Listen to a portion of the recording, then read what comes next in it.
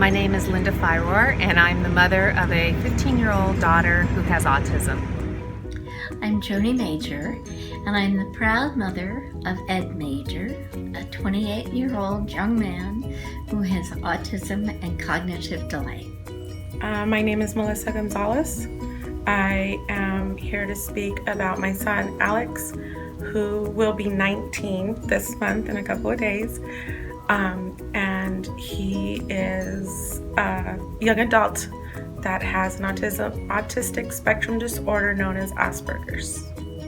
Hi, my name is Teresa, and I have a daughter, Amy, who is 20. She has a global developmental disability. It's inclusive of cognitive and intellectual disabilities. We have been working on getting Amber in a place where she can be self-determined for a number of years now, and we've done it in ways that are either very obvious or very subtle, from teaching her skills that she needs to have to maybe move out on her own someday, learning how to cook and how to do her own laundry. We also make sure that she has the ability to negotiate for things she wants in her life and to stand up for herself and to tell us what she wants to do and when she wants to do it. We can't always honor all of her requests, but we give her the ability and the empowerment to express her opinions to us about what she wants to do with her life, whether it's something that happens during the day or longer term. Self-determination that we feel that we want Amy to get to a level of is what it means to us for her to be in that mode, is that she'll be a self-thinker. We want her to make choices for herself. We don't always want her to look at us for approval, disapproval, or am I making the right choice? We want to help guide her into those right decisions, but we also want her to do what she wants to do. It's scary, I get worried about it, but we also kind of have to let go a little bit. Just like we do any of our other kids, we do have to let go and let them grow. We treat her just like we do everyone else, and expectations are a little bit different, but we all have the same goal in mind, for her to be as independent and happy and healthy as possible. One of the things that was extremely important, I believe, in Ed's success today was our advocating for him in the transition planning. So when she went into junior high, we started talking about the future. When we got into high school, we started talking about the future. Even though the future was way off, we felt that the more we talked about it, the more comfortable she was going to be once we got there. With early transition, I guess most would think early transition for a child wait until high school. But I never did that. If you wait until they're young adults in high school, in my thought process, that's too late. Transition planning is to start at age 14. With my son's disability, I had to start in elementary. Part of it is change.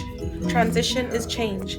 That can be changing a teacher every year from the grade, changing centers when they're in kindergarten and first grade, going from arts to writing to reading to lunch. And those were big changes for Alex. He didn't adapt well. And so I had to start thinking about transition early on in his education and figuring out how I was going to help him succeed to become a self-sufficient adult. Because I knew the law, and this is what I think is important for all parents, is you can go on the web and you can download the law, and then you need to download the regs, because the regulations are an interpretation of the law.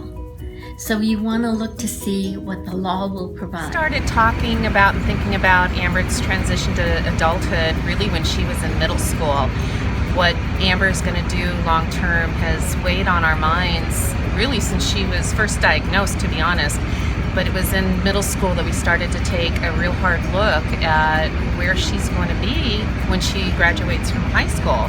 Time goes by quickly, and we didn't want the next decade to go by without us making any plans and to find out what she wants to do and how we're going to support her to make that happen.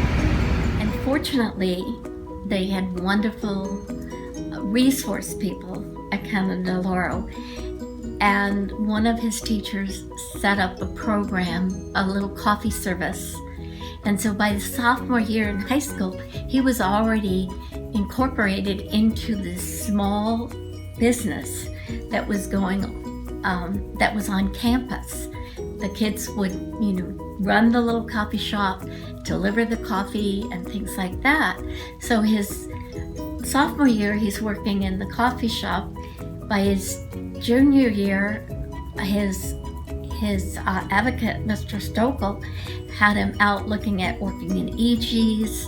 So we had very cooperative people that we were working with.